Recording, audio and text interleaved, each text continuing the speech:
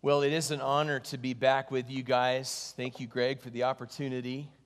And I thought just quickly before I started the Bible study, I would go back to this idea that Miranda's grandparents had attended church here and raised their family here. Miranda's dad and uncle, identical twins, Ted and Ned Landers, growing up as children in this church. But their parents, Fred and Mary, I thought it was especially significant, and maybe this week in particular, because, when we've been here in the past, we've met a few people who remember the Landers family. And Fred and Mary were journalists. This hasn't been the greatest week for journalists. Fred and Mary were loved in this church, but they were also known and appreciated in the community. I believe they wrote for the Mail Tribune. And so, it could be that there are some people here this morning who are journalists. I won't ask you to raise your hand or stand up. You might even feel a little vulnerable right about now, but just to say that what an honorable profession. What an incredible thing you do. As we celebrate our freedom this week, a free press is one of the many things that we're thankful for in this country, right? So we appreciate you. Thank you so much. If you're a journalist of any kind, thank you so much for what you do and for what you add to our freedom and to our lives. We're grateful for it today. Well, so I want to paint a picture for you, one that I think many of you will immediately find familiar.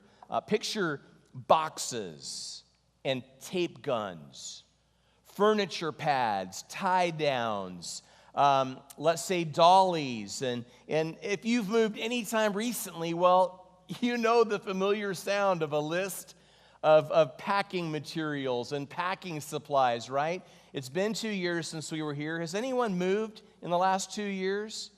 Either from one city to another, or one home to another, one apartment to another? Yeah, some of you. Is anybody else anticipating a move like this summer or still this year? So many people move, like lots and lots of people. I didn't know until I read that something like 40 million Americans relocate every single year. It's an amazing thing. And there are so many reasons why people do that, why they relocate. Sometimes it's by choice, right? Sometimes, we are so excited about the opportunity to relocate from one place to another, but other times it's not by choice at all. Sometimes the relocation is forced upon us. It's not something we would have chosen. It could be because of a death or a divorce or, an unexpected transfer or something like that. But regardless of whether you choose your relocation or not, it's stressful, isn't it? They have entire websites dedicated to moving. You can go and type in the date that you're going to move, and it will create to-do lists for you. It will give you a checklist of things that you need to have accomplished 30 days out, 2 weeks out, 1 week out, the day before you leave on your trip. And man, I'm feeling stressed. My blood pressure is rising just thinking about all of the boxes that you would have to check if you were in the middle of a move. So again, lots and lots of relocation stress that you could feel. But did you know that lots of people in the Bible felt that and experienced that? The Bible is filled with stories about people who relocated. We're going to look at one of those today. So go ahead and turn in your Bible to Daniel chapter 1. Again, Adam and Eve, they were evicted from the garden. You get all the way to the book of Revelation, and you see God's people relocating, among others. Lots of relocation from one end of the Bible to the next. But somewhere in between is a story about this man named Daniel, a teenager, really, when we meet him, and about his relocation. And so as we look at his story, we're going to be reminded that there can be transformation and relocation. Now, if you're thinking, well, this doesn't really apply to me because I'm not moving right now. Moving in this case, relocating in this case, is just a metaphor for change. And things are changing all the time. If you're not facing change right now, you will be soon. And so we can experience transformation and relocation. Let's have a word of prayer before we dive into the text. Father, speak to us through Daniel chapter 1. It's always so reassuring to know that though this story took place such a long time ago, it really took place. There really was a Daniel. He and his friends really were in Babylon, and we can learn so much from his and their experiences, from their story that will position us to make the most of change in our lives. So speak to us, we pray, in Jesus' name, amen. Well, our first point is that we want to look at Daniel at the food court. Look at verse 1. Daniel 1, verse 1. In the 3rd year of the reign of Jehoiakim, king of Judah, Nebuchadnezzar, king of Babylon, came to Jerusalem and besieged it. And the Lord gave Jehoiakim, king of Judah, into his hand with some of the articles of the house of God, which he carried into the land of Shinar to the house of his God. And he brought the articles into the treasure house of his God. Then the king instructed Ashpenaz, the master of his eunuchs, to bring some of the children of Israel, and some of the king's descendants, and some of the nobles, young men in whom there was no blemish, but good-looking, gifted in all wisdom, possessing knowledge and quick to understand, who had ability to serve in the king's palace, and whom they might teach the language and literature of the Chaldeans. And the king appointed for them a daily provision of the king's delicacies and of the wine which he drank, and 3 years of training for them, so that at the end of that time they might serve before the king. Now, from among those of the sons of Judah were Daniel, Hananiah, Mishael, and Azariah. To them the chief of the eunuchs gave names. He gave Daniel the name Belteshazzar, to Hananiah, Shadrach, to Mishael, Meshach, and to Azariah, Abednego. Now, this is 6 centuries before Christ, to put it on a timeline. So, if we're 2,000 years this side of the cross, they were 600 years that side of the cross. And we know that Nebuchadnezzar came not just once or even twice, but 3 times like this to, siege Jerusalem. And so this is the first of those 3 sieges. Each time he came, he took captives. Starting with this first time. And among those taken into captivity was King Jehoiakim. Now, he wouldn't be gone long. Nebuchadnezzar would actually return Jehoiakim to the land, setting him up as a puppet king. But Jehoiakim was not the only one taken into captivity. There were others. We're going to talk about those. You guys remember when you were in school, like the school year just ended, right? So if you have like a middle school student or a high school student in your house, they probably got a yearbook or an annual. You remember those? This time of year, if you going back to your childhood, you'd be at home. You'd be looking at your yearbook and looking at the things your friends wrote, stay cool, don't change, stuff like that. And there would be pictures. Everybody's, school picture would be in there. Class pictures would be in there. Photos taken at events throughout the year. But also there were like the surveys, polls maybe would be a better word for it, where people were voted most likely to do this, most likely to do that. You remember that? Like most likely to succeed, that sort of thing. I have a pastor friend who, when he was in school, one year he opened up his annual only to discover that he had been voted most likely to go to hell, which is ironic since he now helps people not go there for a living. If that hurt his feelings, it didn't last long because he soon discovered that in the very same poll, his brother was voted most likely to marry outside the species. Somehow, he found that comforting. He was okay with what he had been voted at that point. Nebuchadnezzar obviously was looking for those teenagers voted most likely to succeed. And as described in verses 3 and 4, they were to be physically and mentally fit. Now, almost as an aside, did you notice that reference to the master of eunuchs?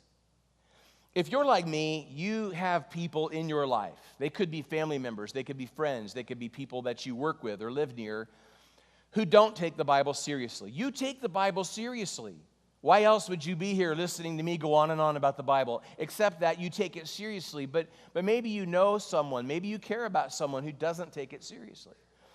And they say things like this. They say, well, I can't take the Bible seriously because it's filled with historical inaccuracies. It's filled with scientific inaccuracies. It's filled with contradictions. Have you ever heard that one? It's filled with contradictions. Can I make a suggestion? The next time someone tells you that the Bible is filled with contradictions, hand them one and ask them to show you a contradiction. I promise you that 99 times in 100, they will have no idea where in the Bible to turn to show you a contradiction. They don't know from reading it. They're just repeating something their parents taught them, something a college professor said. They have no idea where to take you in the Bible to show you a contradiction. But the one time in 100 that they do know where to take you, because there are some problem passages. There are some passages that are difficult to understand or to reconcile. But on the off chance that they actually can take you to one, I promise if you'll go and do just a little bit of homework, a little bit of investigation, you'll be able to come back with a really thoughtful, well-reasoned response. But, again, another thing people say is that it's filled with historical inaccuracies. And for the longest time, this was thought to be one. People would say, well, there's no archaeological evidence that there was any such role as master of eunuchs in Babylon. They thought that for the longest time until archaeologists found what we now know as the Babylonian Chronicle. There on a clay tablet was a reference to the Rabsaris, which means, you guessed it, master eunuch. And so if you were to visit the British Museum, you could actually see with your own eyes this clay tablet. Now, Nebuchadnezzar had in mind for these guys a 3-year conditioning program. Basically, what he wanted to do over the course of time was to reprogram their minds. I mean, he wanted to change their thoughts. He wanted to change their beliefs. And so he began with their education. If you look at the text, notice in verse 4, this reference to language and literature. Language is the coolest thing. I've always admired people who can speak more than one language. Is there anybody here that's bilingual, trilingual? You can speak more than one language? Yeah, I see hands going up. So my wife also is bilingual. She was born to American missionaries in Italy. She lived in Italy till she was 8 years old. She spoke Italian before she ever spoke English. In fact, at one point in her career, she recorded an album in Italian and did a tour of Italy. How cool is that? Me, I'm still working on English, still trying to get English down. It's kind of a funny thing because when my eldest daughter, Lauren, was in high school, she took Spanish. And you know how at the beginning of the year, as a parent, usually there's an opportunity to go and like you have your student's schedule. And so you go from classroom to classroom and you're in each room, 10 minutes or something, and the bell rings and you go to the next room. Teacher gives a short presentation about the semester, the syllabus, takes questions. So I'm in Lauren's Spanish classroom. Her teacher had a bizarre obsession with Chewbacca. That has nothing to do with my point. I just thought you should know because that's just so, if you're going to be obsessed with Star Wars, why Chewbacca? It was Chewbacca. Everything was Chewbacca. But anyway, he told us about the year, about his plan, and then he took questions. Nobody asked a question. It was so awkward. It'd be like if I opened it up for questions right now and you could just hear crickets. And I tried again, it's still crickets. And again, it's still crickets. It'd be so awkward, right? It's like painful. So I should have helped this guy out. I should have thrown him a bone. I should have asked him a question, just anything. And the truth is, I have to admit, I had a question for him. I wanted to know why, after 2 years of high school Spanish, the only thing I can remember is "tú estás loco." Now, don't get me wrong, that can come in handy every now and again, but, I got a B, and you'd think I'd remember more than that. Anyway, I didn't ask him. But the Babylonians, they were like crazy educated. They knew so much about astronomy and even mathematics. Really, really advanced in their day in those and perhaps other subjects. But Nebuchadnezzar, you see, if he was just trying to educate them, what's wrong with that? Nothing, right? Education is awesome. When I look back on my life, I wish I'd gotten more education, not less. But Nebuchadnezzar wanted to do more than educate them. He was trying to move them away from the Bible. Make no mistake about it, the Bible is where Daniel and his friends would learn everything they needed to know about who they were, about who God was, about what it meant to be a part of this nation that had been chosen by him to bless the world, like what it meant to be in a covenant relationship with God. The Bible would help them understand what they were doing in captivity in Babylon, how long it might last, what was going to happen afterwards. All of that was to be found in the pages of the scriptures, and Nebuchadnezzar wanted them reading anything but that. Now, it wasn't just their education, it was their culture. Notice in verse 5, the reference to delicacies and wine. To these teenagers, Babylon must have seemed like a food court. If you have a teenager in your house, you know how it is. You cannot keep the pantry full. The refrigerator was filled 5 minutes ago, and now it's empty. How does that happen? It can be difficult, right? So here's these teenage boys who eat like teenagers do, but on top of that, their city's been under siege. First thing you do if you were besieging an ancient city is cut off the food supply. These guys are hungry, they're starving, and here they are in this food court in Babylon. I imagine that they must have felt conflicted. It was kind of a good thing and kind of a bad thing. We're going to talk about why. But the Babylonians, they were super cultured. We know because of the archaeological digs and finds that there's all these extraordinary objects of art and culture to be found in their ruins. There's nothing wrong with culture, nothing wrong with good food, right? It's fun to try new foods and have fun dining experiences. But again, Nebuchadnezzar was up to more than that. He wasn't just trying to introduce them to new foods. He was trying to move them away from their lifestyle. In the Bible, they had dietary laws that they were supposed to follow, right? In the Old Testament law, there were lists of things to eat and lists of things not to eat. And there's a good chance that some of the things that were presented to them were on the not to eat list. Now think of it.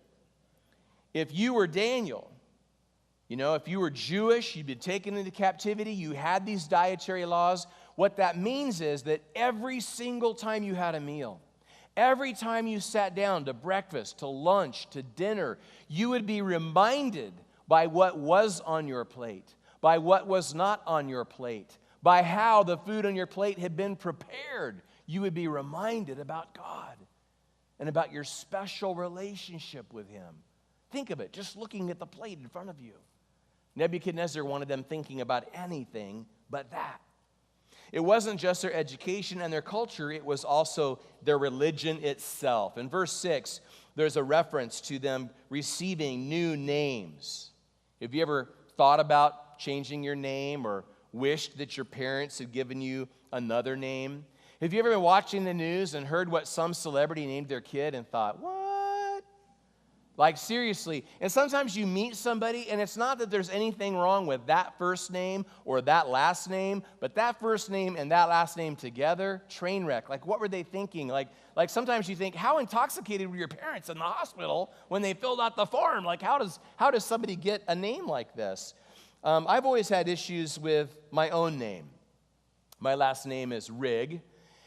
And, well, when I was in school, you know how kids are. It didn't take long before some genius figured out what rhymes with Rigg.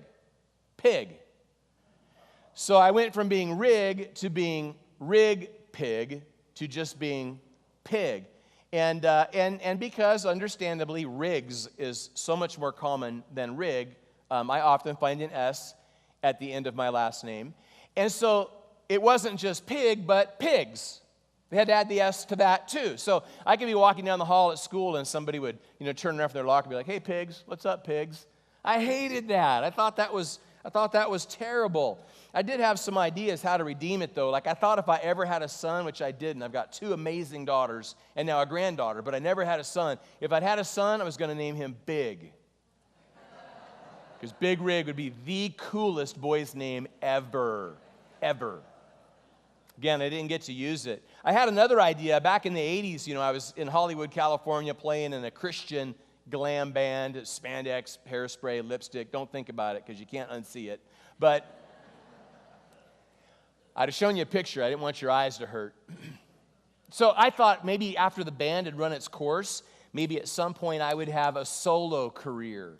And so I had it all planned out how I would redeem my name. I thought, well, I will call my first solo album Riggamarole, because it kind of sounds like rock and roll. And then my second album I would call Rigatoni, just because I could.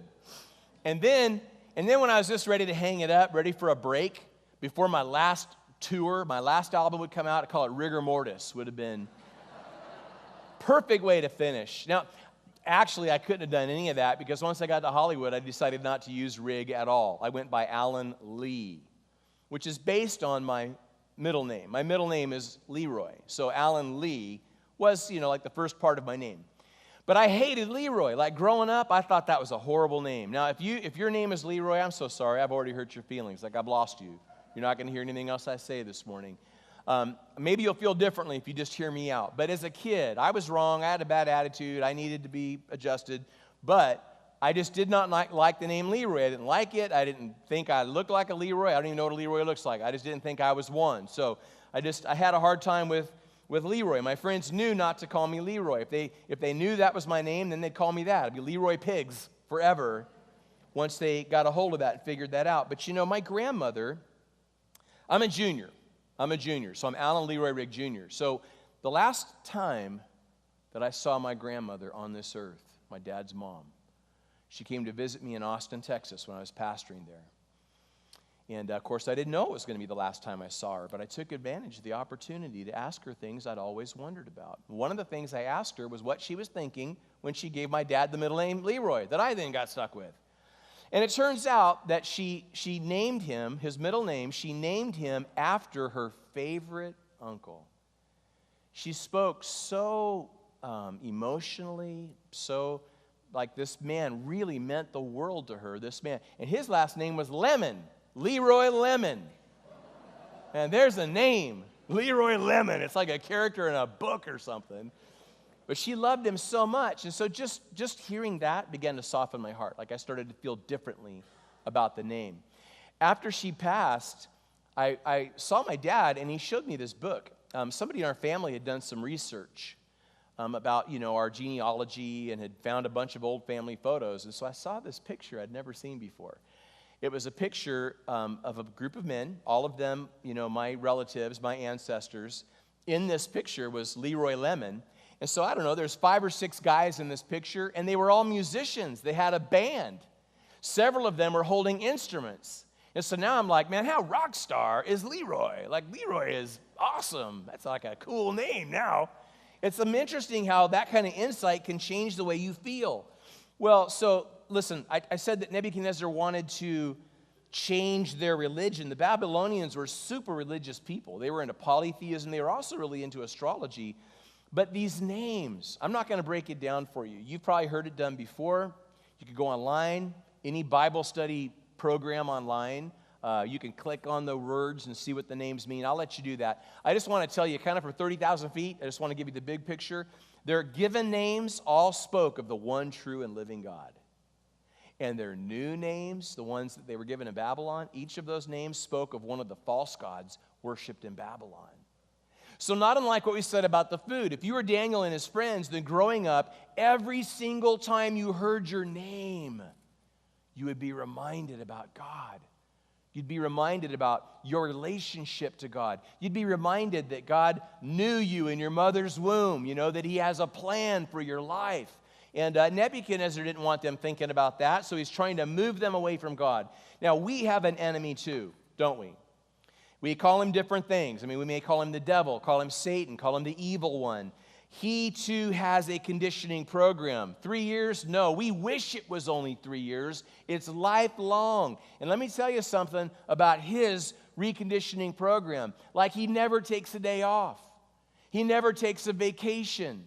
He's working on us 24/7, 365, like he doesn't even take a lunch break, just constantly hammering away at us in the same way to move us away from the Bible, to move us away from a better life, to move us away from God. So before we move on to our second point, let me ask you where you are in your journey. Where are you in your faith journey, your relationship with God? As a follower of Christ, are you moving toward the Bible or are you moving away from it? Are you moving toward a better life or are you moving away from it? Are you moving toward God or are you moving away from him? Daniel at the food court. Let's see Daniel in a food fight beginning in verse 8. Daniel purposed in his heart that he would not defile himself with a portion of the king's delicacies, nor with the wine which he drank. Therefore he requested of the chief of the eunuchs that he might not defile himself. Now God had brought Daniel into the favor and goodwill of the chief of the eunuchs. And the chief of the eunuchs said to Daniel, I fear my lord the king who has appointed your food and drink. For why should he see your faces looking worse than the young men who are your age? Then you would endanger my head before the king. So Daniel said to the steward whom the chief of the eunuchs had set over, Daniel, Hananiah, Mishael, and Azariah, please test your servants for 10 days, and let them give us vegetables to eat and water to drink. Then let our appearance be examined before you, and the appearance of the young men who eat the portion of the king's delicacies. As you see fit, so deal with your servants. So he consented with them in this matter and tested them 10 days. Have you guys ever been in a food fight? I don't mean like with your sibling at the dinner table. I mean like in a public place with strangers. I've totally been in one of those. It's when I was in middle school, and so we were in the cafeteria. I'm seated at a table with a bunch of friends, and of course there are many other tables and lots of other students. And all of a sudden somebody yells, food fight! And the next thing you know, everybody's lunch is airborne. It was unbelievable. Like visibility instantly dropped to 0. You've heard of the food pyramid? We were building it right in the middle of the cafeteria. It was unreal. And I'll never forget this one particular thing that happened. We had an assistant principal who we called Link. Now, this is so wrong. I share this to my shame. But we called him Link because he had the most prominent forehead I've ever seen in my life. Like you would need a ski lift to get to the top. I mean, it was that extreme. He had this massive forehead. And so he is running across the lunchroom to try to bring order to the chaos when somebody launches a milkshake. I can still see this cup. I mean, spinning so tightly that frozen treat's just staying tight inside, and it's spinning and spinning, and it hits him right in the head. That chocolate deliciousness is running right off that pale forehead, dripping. It was awesome. Like, I don't remember very much of that school year, but I will never forget that food fight. That is like an academic highlight for me. So here's Daniel. He's in this food court, and people are downing the delicacies, and they're washing it down with wine. And all of a sudden, Daniel puts his hands to his mouth and yells, "Food fight!" Now, why would Daniel want to fight about food? Right? Well, notice in verse 8, twice we see that word defiled. We talked about, it probably wasn't kosher. Remember, we talked about the list of things to eat, the list of things not to eat. So there's a real good chance that there were things served that were on the not to eat list. But to take it a step further, there's also a chance that they were served food that had been offered to idols. Now, any student of the New Testament knows that this was an issue for first century followers of Christ, whether or not they should eat food that had been dedicated to idols. But you may not have known that this was an issue that went back to Old Testament times too. And it's entirely possible that the food in front of Daniel had been dedicated to these idols, to these false gods. That might have been an issue for him. Now, in the New Testament, we get Paul's take. In 1 Corinthians 8, verse 4, Paul says that it's all about conscience. And I'll just address this very quickly. He says that there are two kinds of consciences, a strong conscience and a weak conscience. It would be easy to think that one is a compliment and the other a critique, a criticism. That's not the case at all. It's purely descriptive. A strong conscience means a conscience that's less sensitive. Think of like a smoke detector in your house where the threshold is set higher. Like you pretty much got to start a bonfire right under it to set it off. And then a weak conscience means a more sensitive conscience. So think of a smoke detector that is set with a very low threshold. Like you just even think about toasting a marshmallow on vacation and it goes off. So it's like that. Two kinds of consciences that are like that. In the Bible, there's lots of things that are black and white. Lots of things that we're told to do. Lots of things that we're told not to do. But there are other things that are gray. And so someone with a strong conscience, that is the higher threshold, it takes way more to set it off, they look at gray and they see white. And a person with a weak conscience, a lower threshold, it takes way less to set it off, they look at gray and they see black. Neither is really right or wrong. It's just where they are and how they are. So Paul says in Romans 14, verse 23, he who doubts is condemned if he eats because he does not eat from faith. Whatever is not from faith is sin. So usually we say that, you need to be sensitive to conscience. You need to be sensitive to your own conscience, but also to that of other people. And so, that brings up kind of the whole idea of stumbling people. And I think that's something that is important and something that needs to be addressed, but it's also something that is so often misunderstood. If you do something and I don't like it, you didn't stumble me. If you do something and it irritates or annoys me, you didn't stumble me. If you do something and I wish you hadn't, you didn't stumble me. But if you do something that I don't have the freedom to do and you doing it makes me feel conflicted, like I think, well, maybe I should revisit it, and I start to think about it and I wrestle with it, and then I cave in and I do it, and immediately I feel guilty. I know that I've done something wrong, at least wrong for me. Well, then you've stumbled me. So it's important to differentiate between those two things because all too often we think of it only in the first way, and I think that's a really destructive thing. You don't ever want a situation where an intolerant minority hijack the culture of an entire church. We need to love each other and be sensitive to each other and do our best not ever to stumble each other. This all-you-can-eat buffet must have seemed like a really small thing. If you were Daniel and his friends, I told you already, these guys were hungry. They'd been deprived of food. This had to seem like a small thing. And why not cheat a little to get ahead? Everybody else does, right? I mean, for us, like if you're a sports fan, how many athletes have been suspended or even banned because of doping, steroids, stimulants, HGH? Well, it's like that in every part of life. People cutting corners, people cheating to get ahead. And they might have been tempted to do that, right? When in Babylon, what happens in Babylon stays in Babylon. They could have even been mad at God. They could have felt like, well, God, where were you when they were taking people into captivity? You let me be brought here. I'm hungry. I got to eat. And for all they knew, their lives might even depend on how well they did in this little competition of sorts. But these guys were not going to cut corners. Notice in verse 8, it says Daniel purposed in his heart. He had a purposeful heart. Or to put it another way, a heartfelt purpose. What is yours? You know, one thing I've discovered relative to this is that if your purpose in life is to do, if you're all about accomplishing and achieving and accumulating, you're going to be tempted to cut corners. But if your purpose in life is to be, if you're focused instead on character, on becoming the woman or the man that God's called you to be, you're not going to be as tempted to cut corners. And you know the other thing I've noticed? We come over here, so here's the people that are all about doing. And when you and I are all about doing, you know what we tell ourselves? We tell ourselves that we are about to focus on being. Like, I'm going to focus on spiritual growth, the personal development, and all of that. I'm going to focus on character and integrity as soon as I get this promotion, as soon as I close this deal, as soon as I flip this house, as soon as I, finish purchasing this thing. Then I'm going to focus on being, and they don't ever get around to it. Doers rarely get around to being. But people who are all about being first, people who say, you know what, my first priority is to be a woman of integrity, to be a man of character, it's to grow spiritually, it's to become more like Christ, they almost always get around to doing. So much better to focus on being first. Now, I love that Daniel and his friends, they didn't just refuse to eat. They could have, right? They could have been like your baby at home, your infant at home. Maybe they're just old enough that you're starting to try to feed them, baby food or whatever. And you know how kids could be like, and it doesn't matter what you do. You're all like, trying, and they still don't want any part of it. Or worse, they take it into their mouth and spit it right into your face. Ooh, it's not good, right? But Daniel wasn't like that, and he didn't give up when the chief eunuch said he couldn't help him. Instead, he suggested an alternative to the steward. There's an example here. There's a saying, you've heard it, that if you're not part of the solution, you're just part of the problem.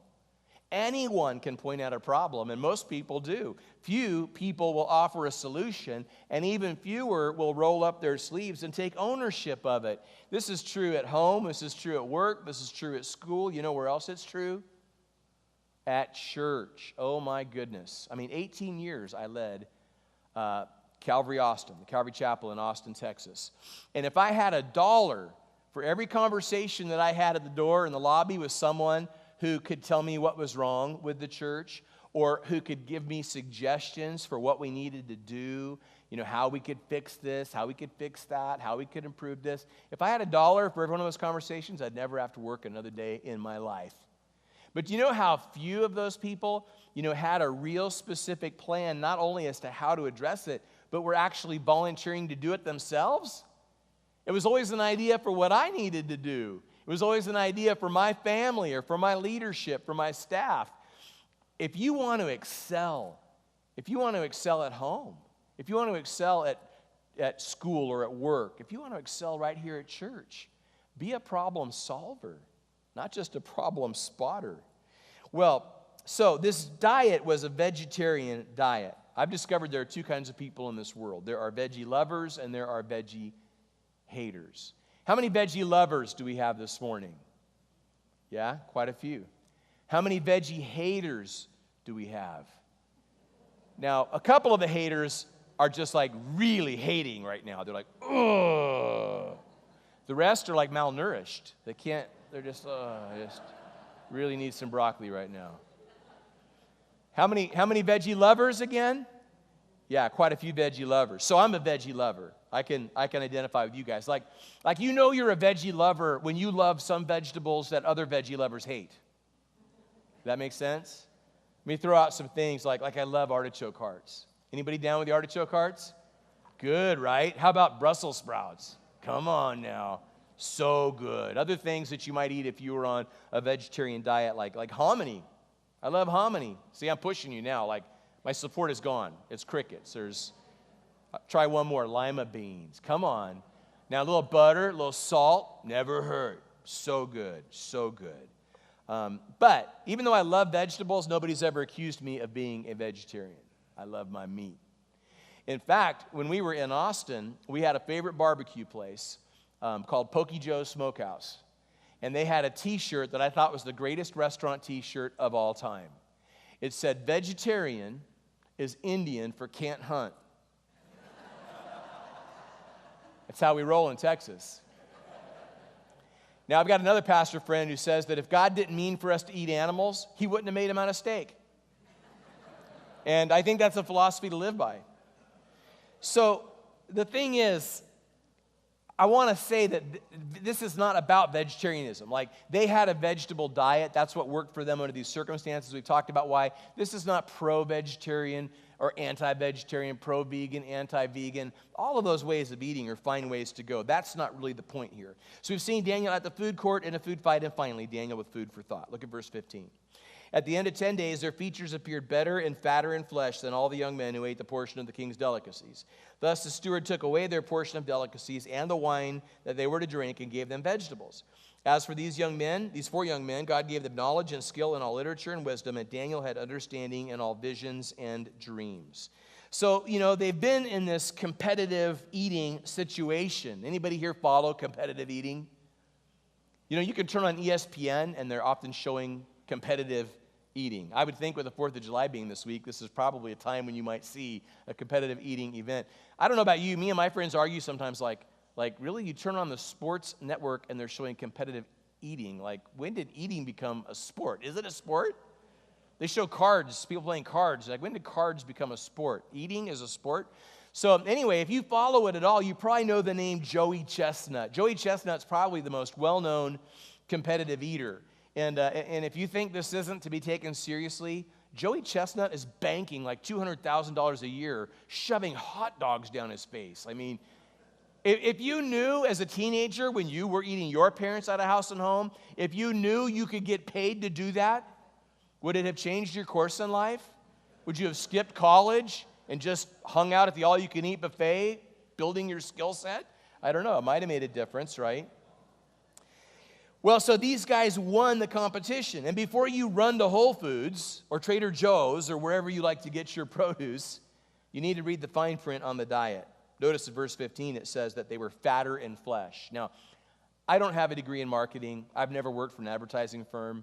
But I'm thinking that's probably not the best way to market your diet. Fatter in flesh. It is because I am fatter in flesh that I am on Weight Watchers right now. I'm counting my points right now, no joke. So when I read that, I'm like, yeah, that's not the program for me. That's not what I'm looking for. But the funny thing is, this has less to do with one's gut and more to do with one's God. So listen, from a purely pragmatic standpoint, life with God works in a way that life without Him doesn't. Let me say it again.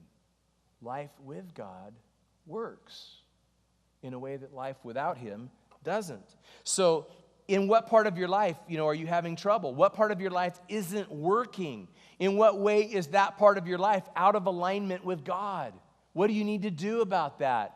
My sister lived in Austin at one point when I was there, and she had a van that was giving her trouble. And so she was describing the problem to me. It sounded to me like she had an alignment problem, like she needed to have her van aligned. She needed to get in alignment. So she asked me if I would go with her to the mechanic, and I did. We went inside. We described the problem. He agreed. It sounds like you need an alignment.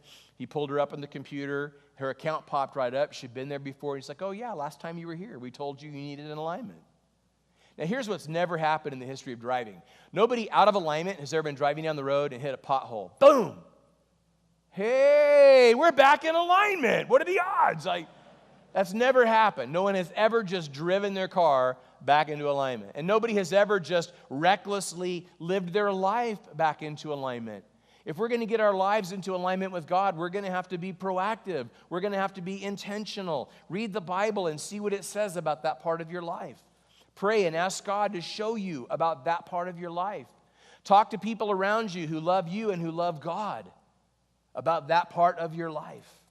Verse 18, at the end of the days when the king had said that they should be brought in, the chief of the eunuchs brought them in before Nebuchadnezzar. Then the king interviewed them, and among them all none was found like Daniel, Hananiah, Mishael, and Azariah. Therefore they served before the king, and in all matters of wisdom and understanding about which the king examined them, he found them to be 10 times better than all the magicians and astrologers who were in all his realm.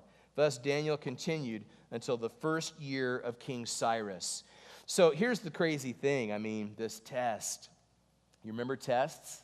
I've taken you back to your school days more than once this morning. I'm going to take you back again. Remember the pop quizzes, the midterms, the finals, the written tests, the oral tests. There were fill-in-the-blank tests, a multiple-choice test. There were true-false tests. How many of you feel a rush of anxiety when you hear this? Take out your Scantron form and your number 2 pencil. Like instant post-traumatic stress. Like we all need therapy from those stressful testing situations. For these guys, it's 3 years later, and they're not just going to take any test, they're going to take an oral exam. And it's going to be administered by Nebuchadnezzar himself. How scary was that? But you know what? They aced that test. Now notice in verse 21, it says that Daniel continued. And if we continued reading Daniel, what we would discover is that the story doesn't end here. Not for Daniel and not for his friends. For Daniel's friends, here are Daniel's friends in the food court, but in chapter 3, they would find themselves in a fiery furnace. Here's Daniel in the food court. In chapter 6, we'll find Daniel in a lion's den. The tests only get harder. The temptation only gets greater. It takes courage to live the Christian life. Some people think that it's a sign of weakness to follow Christ. It's not. Some people say things like, religion is a crutch and so forth. And often we answer, it's not a crutch. It's like the whole hospital. It's the triage, it's the ER, it's the ICU, it's the NICU. It's the whole thing because we need him. But make no mistake about it, it's not an easy thing. It's a difficult thing. You're not going with the tide. You're going against the tide when you choose to live as a man or a woman of faith. And we experience that especially in these times of testing and temptation. Now, I want to encourage you to think about this.